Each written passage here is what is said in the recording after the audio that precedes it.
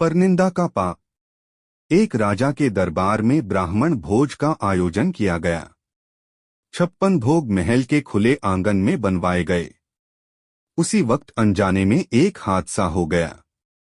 खुले में पक रही रसोई के ऊपर से एक चील अपने पंजे में जिंदा सांप दबोचकर निकल रही थी। सांप ने चील के पंजों से छुटकारा पाने के लिए फुफकार भरी और साथ ही जहर उगला। उसके मुख से निकली जहर की कुछ बूंदें पाकशाला में पक रही रसोई के व्यंजनों में गिर गईं। जहरीले भोजन के खाने से सभी ब्राह्मण काल के गाल में समा गए। जब राजा को इस बात का पता चला तो ब्रह्महत्या के पाप ने उसको दुखी कर डाला। ऐसे में सबसे ज्यादा मुश्किल खड़ी हो गई यमराज के लिए कि आखिर इस पाप का भागी कौन है और ब्रह्महत्या के पाप के लिए किसको दंड दिया जाए।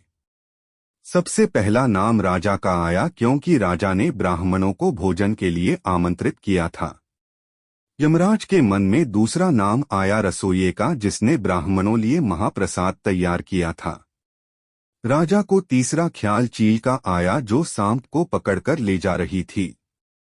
सबसे अंत में यमराज ने सांप के पाप पर विचार किया। लंबे समय तक यमराज अनिर्णय की स्थिति में रहे कि आखिर ब्रह्महत्या का दंड किसको दिया जाए। घटना के कुछ समय बाद कुछ ब्राह्मण राजा से मिलने के लिए उसके महल में जा रहे थे। ब्राह्मणों ने एक महिला से महल का रास्ता पूछ लिया। तब महिला ने ब्राह्मणों को रास्ता बताते हुए कहा, देखो भाई, जरा ध्यान से जाना। वह राजा ब्राह्मणों को खाने में जहर देकर मार देता है। जैसे ही महिला ने यह बात कही, यमराज ने फैसला कर लिया कि मृत ब्राह्मणों के पाप का फल इस महिला के खाते में जाएगा और यह दंड को भोगेगी।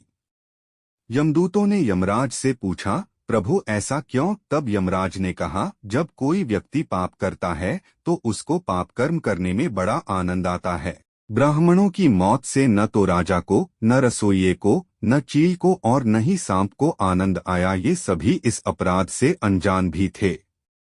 महापाप की इस दुर्घटना का इस महिला ने जोर शोर से बखान कर जरूर मजा लिया, इसलिए ब्रह्महत्या का यह पाप इसके खाते में जाएगा। अक्सर हम यही सोचते हैं कि हमने कभी कोई बड़ा पाप नहीं किया है, उसके बावजूद हमको किस बात का दंड मिल रहा।